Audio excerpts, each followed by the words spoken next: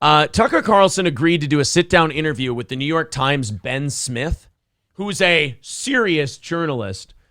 Watch the fucking hack job that this Ben Smith did with Tucker Carlson. I don't know.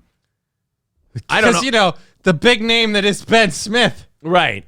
The thing about this is all these guys who do these New York Times interviews with guys like Tucker, they're so worried that their friends in journalism and their other lefty allies are going to accuse him of going light on Tucker if they give him a fair interview, ask him questions, let him answer, that sort of thing. Take his answers at his answers level. Yeah, so they get unnecessarily confrontational and they interrupt and they make themselves look like fucking assholes by trying to make the other guy look like an asshole. Now, I don't know if I want to play you guys the 1 minute and 18-second clip.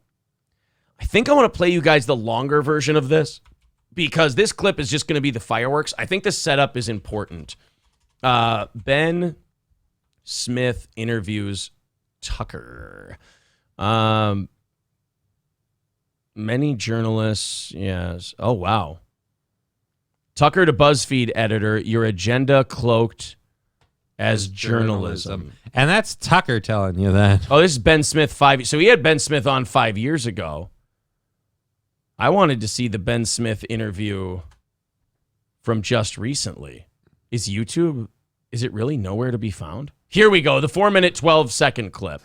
But you know, you are misunderstood perhaps in your view a lot then, both by, as you said, kind of the New York Times, but also you keep having, you know, sort of explicit white supremacists who have, you know, on secret message boards who work for you, and you have to, I know this has been very painful for you in some cases. I've never even met a white supremacist. You have these folks, you have folks who have posted, you have a large number of people, Scott Greer, Blake Neff.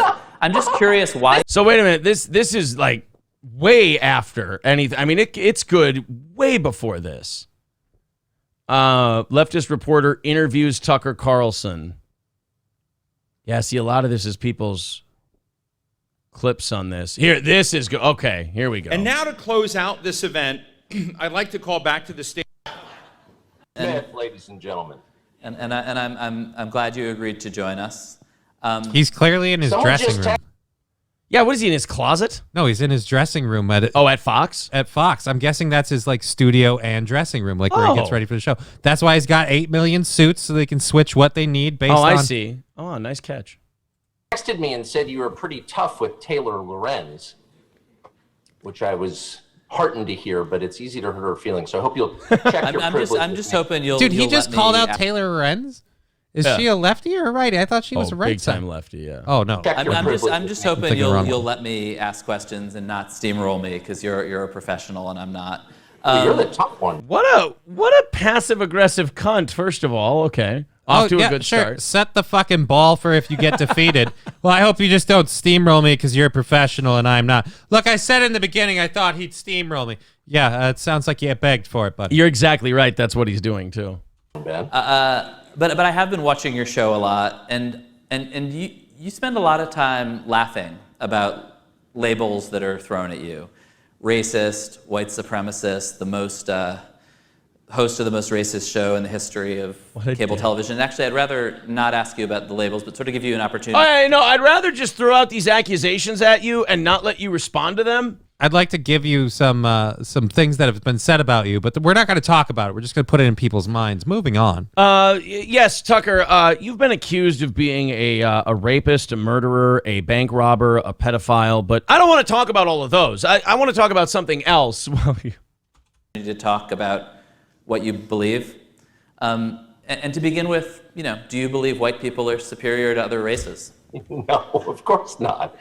And the funny thing is, that's one of those. Let me just stop on the yes/no question there, and just to put it. Let me make that a yes or no question. I don't want you to expound on it because you laughing at me and just saying no, I'm not a white supremacist, is showing that I show so little respect for you and the question you just asked that it's making you look like a dick. So why don't you now move on before I can actually further explain what I mean? A little differently before you respond, which is, actually, if I could just answer your question. That white people have more of a claim I don't think white people are on America? Superior in any way. Do you think that white people have some claim on America that people of other races don't? Of course not. I mean, first of all, what a fucking shitty question to, like, anyone should be asked that question as though they're like under accusation of it. And as this guy pointed out, he's not a professional, so maybe he doesn't understand. Tucker doesn't vet and or approve of every member of his audience and what they believe. So regardless of what someone who watches Tucker thinks, or even a group of people, that doesn't mean that that's what he believes. And to sit there and just kind of throw that at him and then give him an accusation where he's like, well, no, I'm not a white supremacist. I don't believe white people. Well, before you defend yourself, let me frame it so it makes it harder for you to defend throw yourself. more shit at you. I'm a Christian, so I think God made everybody, and therefore everyone has equal value in his eyes. That's the essential value of every person is the same. So now, if you ask me, this line of questioning is now over. Yeah, we've covered it. He's answered your question. Ma'am, I answered your question. All right? I'm complying here. I'm cooperating. But the idea that I harbor some sort of deep racial animus is like, I mean, I think there are a lot of criticisms you could level at me. It'd be funny if Tucker went, oh, and for the black people in your audience, animus means like bad blood. Wait a minute, Tuck. What are you doing? It's in a lot of books, those things you don't read. Yeah. I think sometimes I overstate the case. I get pissed. I can be very nasty. You've been on the receiving end of that. I know you can vouch for that. But Ben, you can attest, I only do that when Jews are on. But let's face it, you did kind of ask it. And then, and a fair move by you, you did drop the curse on me. But the idea that I mean, if you were to look at my texts or listen to my personal conversations or read my mind, you would find no instance where I'm like, I'm mad at black people. I want to offer the exact opposite of what Tucker just offered. Don't ever look at my texts or read my mind or anything of the like. Tucker Carlson is being very ballsy and generous here. I do not offer the same comfort. I don't say any of that stuff about black people. I hate cripples. 100% of the people that I'm mad at are well-educated white liberals. In my mind, the sort of archetype of the person I don't like is like a 38-year-old female white lawyer with a barren personal life. Yes! God bless you, Tucker. I love that. He's like, do you hate black people? Oh, no. No, I hate fucking white people, especially these white ladies. 38-year-old white women with barren wombs are the fucking most reprehensible human beings on earth. And it's like, this is, by the way, this is why this jackass has to accept his answer on white supremacy and black people and everything else. He will openly tell you who he hates, and he will give you an exact demo of who the person is he has in his mind when he's hating them. Yeah. That's who yells at me on airplanes. And so I always say to people like, you're racist. Okay, let me Actually, I'm not mad at black people. Like, what are you talking about? Let me show you I think why people react this way. I think we have a clip I just wanted to show you. Oh, sure. Sydney, can you play that? You're so innocent. Okay, before we play this clip, you do remember the part where he said if you talk to him in his personal life or read his texts or his mind. This is his show, which is not any of that, and he already admitted he can get what animated, I guess, is a short animated, term. yeah. He can get animated on his show. Fuck, man. Not only that, Tucker has been knocking this guy's questions out of the air and beating him on all of them, and the guy's like, well, I have a clip that backs up what I wanted to say. Even though you've kind of made it irrelevant at this point, I'm still going to play. Like, this guy is... This word gets overused a lot, but it's perfect for this guy, and the word is hack. This guy is a hack. He is a parody of the shitty Gotchya journalist. In political terms, this policy is called the Great Replacement, the replacement of legacy Americans with more obedient people from faraway countries. So he just said what nice. it is. Nice that you pulled that with no context of what we're talking about or where we're going from there. You just pointed out something that is literally a theory that people have. Right. He didn't say he loves He it. didn't validate it. He Yeah. didn't say it exists. He just said, this is what it is. This is what some people call it. So Tucker, what's a legacy American? People who were born here, black people, white people, Hispanic people, Asian people, people who are citizens. people who participated, generationally in our system. And a lot of them don't buy the program of the modern Democratic Party because it doesn't serve them. And so the center of the Democratic electoral strategy going forward, I'm not guessing, they talk about it constantly, you're a journalist, you must have noticed, is to bring in new people who will vote for them. Now that, do you think, let me just finish if you don't mind. This is not something that I made up or found on the internet. I don't even really go on the internet. This is something that Democrats, including, the architect of Obama's last victory, have talked about at great lengths in pieces, monographs, on television. They've written books about it. You know what it is? This guy's just out of his league. This guy's in over his head. And the worst part is you've actually done this dance before. How did you think it would turn out differently this time? Well, and not only that, but like, you want to make him out to be this demon. All you're doing is everyone who watches this is going, oh no, he sounds a lot more reasonable than I thought he was. He sounds a lot more reasonable than the person who just completely ignores what he hears and goes, oh, but I have a clip, right, out of context, 2-second clip. Oh, he's going to get worse here in a second. Oh, good. So this is not like some crackpot. Okay, so he's getting his ass kicked on this replacement theory, white supremacist stuff. Mm-hmm. What do you think he's going to pivot to eventually? When he just gets tired of getting his ass kicked on this, what's he going to pivot to? Well, if he can't do the racist stuff, I'd guess homophobia or COVID bullshit. January 6th? God damn it. Really? Come on! Dude, it is the new calling card. Alex Do you Jones think when you talk this about is the central how strategy many, of the Democratic Party? So to be like, I can't how believe many? you said that. You I'm pulling mentioned it back to Tucker. that. You talked about generational investment. How many generations makes you a legacy Oh, American? I'm just saying people who live here now, including immigrants. Do you have look, any? look, Do you have Ben, any hold on. empathy? Do you have any empathy for somebody who sees that clip? Somebody who's whose parents are from India, from China, who are Jewish, and say, "Wow, I don't think I just see that clip, and I don't really India think or this guy China or includes me in his Jewish? vision No, of hold on. America." Slow down. Okay.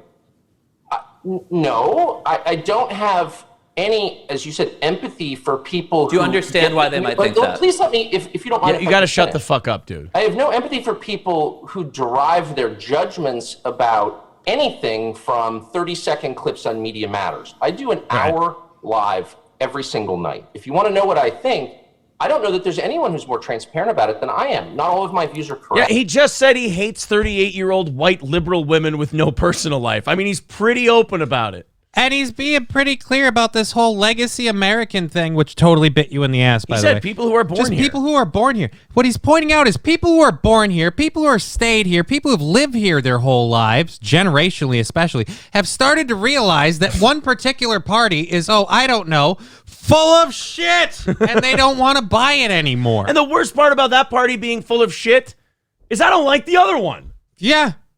So I got to pick the one who's less full of shit. Not all of them are attractive.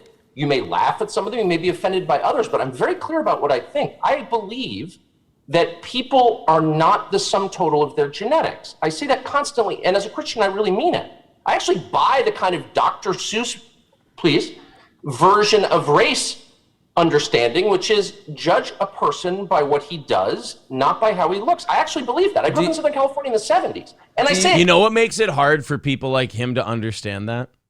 Because he doesn't believe it. No, because he sees someone's skin and automatically thinks These are dark, fucking weird people who believe in dark, weird shit. And the reason they're so awkward at things like this is because their whole life is covering up that dark, weird shit.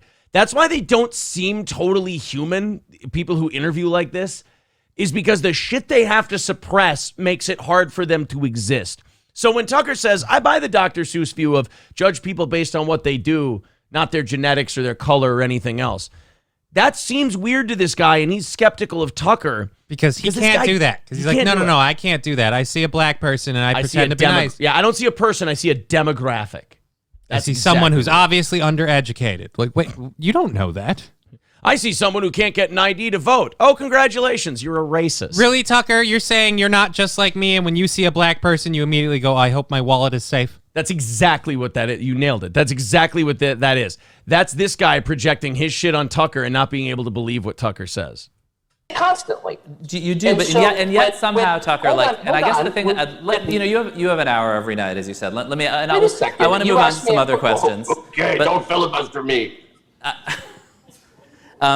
But you are misunderstood perhaps in your view a lot then, both by, as you said, It's kind not of the New York misunderstood. Times, I say but it- I'm saying it now. also you keep having sort of explicit white supremacists who have, on secret message boards who work for you, and you have to, I know this has been very painful I've for you never in had some a white cases. supremacist- He I had don't a even guy. know He had a white guy who worked for him post some jokes on his message board when he was at the Daily Caller. For God's sake. Yes, why you've been sort of flypaper for You're these giving people me a on your lecture, staff. You're not asking me a question. That was the question. Why have you been flypaper Deep for these breath, deep racists? breath.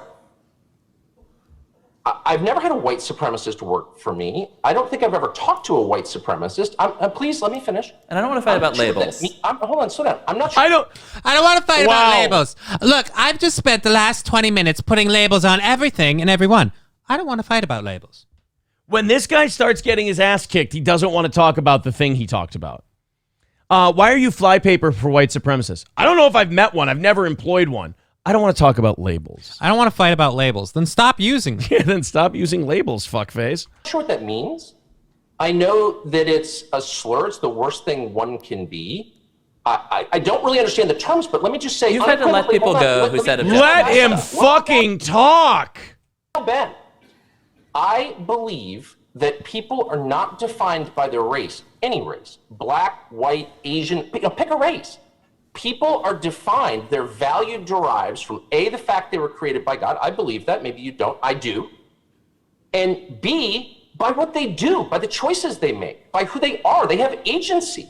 They're not, part of some larger group. They're individuals. I believe in the individual. And I say that virtually every night. I think this is where he's going to spin. Once he spins out of this into January 6th, we'll cut it. Now, if you don't hear that, or if you, for whatever reason, want to claim that I'm some racist, I don't know what to say to you. I'm stating my sincere views as reflected in my personal life and my professional life. He's only told him he's not a racist and told him very clearly what he believes 3-4 times now. And he's only given you his exact straw man that he does like to beat and burn Right. down. So, I mean, what do you got to go on? He hasn't even said that he doesn't have hate in his heart. He goes, 38-year-old liberal women with no social life, I tend to hate a lot.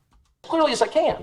Do you feel that in your own career you've been kind of discriminated against as a white Protestant? What a weird fucking And question. I ask in part because I had been told that Roger Ailes, and that you'd sort of at some point expressed that Who's Roger dead, Ailes, by the way. former head of Fox, had a preference for Irish Catholics, and that it kind of held you back. Was that? I've been held back. I heard from someone who told me one time that this guy who's dead now doesn't do stuff.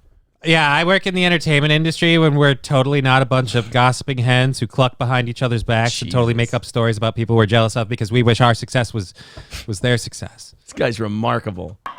And by the way, I can say this sincerely, if I could, that I've never in my life been unhappy except because of self-pity. Ready for a little passive aggressiveness from Tuck here? Okay. Self-pity is, I'm speaking for myself, but I think it's true for most people. Self-pity is the root of misery. And so I really try not to feel self-pity. I have no grounds for it anyway. I've had a wonderful life. I have an unusually happy family.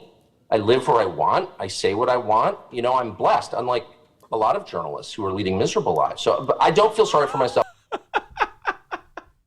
You want to be passive aggressive, you little shit stain? I'll do it right back to you. How's that? Congratulations. That was the pro burning you, sir. Yeah. I don't feel I've been discriminated against, but I do believe in fairness, and I don't think you should ever hire someone on the basis of race or sex. Somebody's fidgeting with that pen an awful lot. Does somebody feel uncomfortable? Well, he's just remembering the last person he hired, and he had to make sure they fit all the boxes. Yeah. That's grotesque to me. It's a violation of the basic promise of the country, which is stop fidgeting. We're going to bring people from around the world who may look different, be from different backgrounds, but we're going to treat them all the same, which is to say specifically on the basis of their ability and their virtue, on the choices they make, not on the genes they have. That's Nazi shit. I'm against that. That's Nazi shit. Let me ask you about a different subject, which is January 6th. And there you go. So it took 8 minutes and 45 seconds for Tucker to kick the shit out of this guy on all his big talking points. And he goes, Yeah, let me now try and talk to you about January 6th. How's that sound? Oh, boy. God, he really kicked the shit out of that dude bad. And then to go to January 6th after all that. Ooh. Thank you very much to Decent Big Balls becoming a member for 3 months. Guys, we are $50 away from our goal. Let me refresh PayPal just to make sure. We're $50 away from our goal. We have a guest at 9:45, and it would be rather uncomfortable for our guest if we had to, work towards that goal while he was on. So why don't we hit that goal in the next 15 minutes? We've had a great day today with the goal and everything else. If a few of you feel like pitching in via PayPal or Super Chat, we take 70% of Super Chats. We take 95, 96, 97% of PayPals. So if you guys want to chip in now in the next 15 minutes and knock out that $50 goal, that would be awesome. It would only take a handful of you. There's Curly Adam with a $10 Super Chat. We take about 7 of that. So we'll call it 45, and the next $5 Super Chat we won't take anything off of. That's kind of how we balance it out. $45 away from our goal. King Kong Dong says that was like Tom Brady playing the Browns. Fuck that. That was Tom Brady playing a Pee-wee football team. That was brutal. God, he was asking him questions about guys who have been dead for like a decade, asking him questions that he's already answered 10, 15 times already for you. I know how you've clearly stated your opinions on race and belief, but why do you think all these racist people work for you? Wait, what? I don't have any racist people who work for me. What do you think about January 6th? Like, I think you're reaching is what I think. I think this is a clear reach.